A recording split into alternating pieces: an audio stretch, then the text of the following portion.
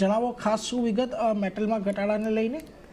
Good afternoon Neeraj. આપણે જોઈ રહ્યા છે કે સતત ફ્રાઇડેના પણ આપણે મેટલ સેક્ટરમાં સારું એવું દબાણ જોવા મળતું છે. આજે પણ આપણને મંડેના પણ યથાવત જોવા મળી રહ્યું છે અને સૌથી વધુ કહી શકાય કે નિફ્ટીને તૂટવામાં અગર મેટલ કંપનીઓનું સારું યોગદાન અહીંયા જોવા મળી રહ્યું છે, જેનું મેઇન કારણ એ છે કે ઓવરઓલ અગર જો હું ઘટાડાની વાત કરું તો નિફ્ટી મિડકેપ ઇન્ડેક્સ આજના દિવસની વાત કરશું, નિફ્ટી મેટલ ઇન્ડેક્સ લગભગ 5% અહીંયા આપણને તૂટતો જોવા મળી રહ્યો છે, જેના ઘણા બધા રીઝન છે. મેઇન તો એ છે કે પશ્ચિમ એશિયા જે યુદ્ધના તણાવ છે જેને કારણે કરીને LME મેટલ કંપનીઓમાં સારું દબાણ જોવા મળી રહ્યું છે, જેમાં ખાસ કરીને કોપર, એલ્યુમિનિયમ પર વાત કરીએ, ઝિંક પર નજર કરશું, લીડ પર દરેકમાં સારું ડિક્લાઇન તરફ કારોબાર થતો જોવા મળી રહ્યો છે. અગર જો કોપરની વાત કરશું તો LME કોપર જે છે 3 મહિનાના નીચલા સ્તર પર અત્યારે આપણને કારોબાર કરતું જોવા મળી રહ્યું છે. એટલું નહીં, સોના ચાંદીના પણ આપણને શાર્પ ડિક્લાઇન તરફ કારોબાર થતો જોવા મળ્યો છે અને સોનાની ચાંદની અગર જો વાત કરશો 40 વર્ષથી સૌથી મોટી વેચવાલી અહીંયા આપણને જોવા મળી છે અને એક મહિનાથી લગભગ 25% આપણને ચાંદી જે છે અહીંયા તૂટતી જોવા મળી રહી છે. અને એલ્યુમિનિયમની વાત કરશું તે પણ લગભગ આપણને એક મહિના નીચેલા સ્તર પર પહોંચતું જોવા મળી રહ્યું છે.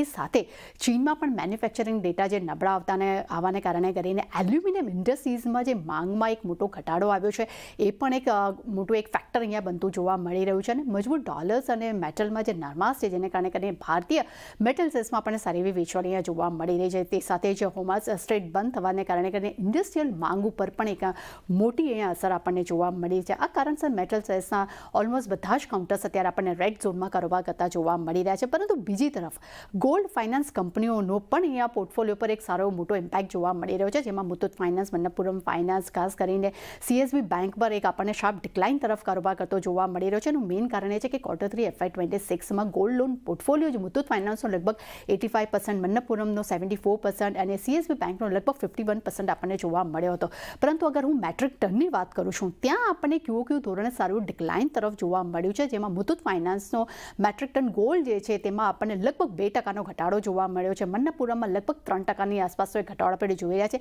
નોટ એટ CSB બેંક છે તે અહીંયા આપણને ફ્લેટ જોવા મળી રહ્યું છે. પરંતુ બીજી તરફ અગર જો આપણે લોન ટુ વેલ્યુની વાત કરશું, ત્યાં પણ આપણને એક સારું ઇમ્પેક્ટ જોવા મળી શકે છે. QOQ ધોરણે મુથુટ ફાઇનાન્સ જે છે 57%ની આસપાસ છે, મન્નપુરમ ફાઇનાન્સ લગભગ 57 to 60%ની આસપાસ છે અને CSB બેંકનું આપણે લોન ટુ વેલ્યુની વાત કરશું તે લગભગ 63% છે. એટલે ડેફિનેટલી અગર જો સોનાના પ્રાઇસીસમાં અગર જો ઘટાડો આવશે તો એનું નેગેટિવ ઇમ્પેક્ટ આપણને આ ફાઇનાન્શિયલ કંપનીઓ પર પણ જોવા મળી શકે છે. એટલે ડેફિનેટલી એક તરફ મેટલ કંપનીઓ પર તો એ નેગેટિવ ઇમ્પેક્ટ જોવા મળી રહ્યો છે. બીજું સૌથી મોટું એક કારણ એ છે કે રૂપિયાની ચાલ ખૂબ જ એક નરમાશ તરફ જોવા મળી રહી છે. ડોલરની સરખામણી રૂપિયામાં જે નરમાશ આવી છે જેને કારણે કરીને પણ આપણને મેટલ સેક્ટર્સમાં એક શાર્પ ડિક્લાઇન તરફ કારોબાર થતો જોવા મળી રહ્યો છે. જે આભાર તૃપ્તિ અમારી સાથે જોડાઈને સમગ્ર વિગત આપવા માટે. તો જુઓ આ બધા કારણો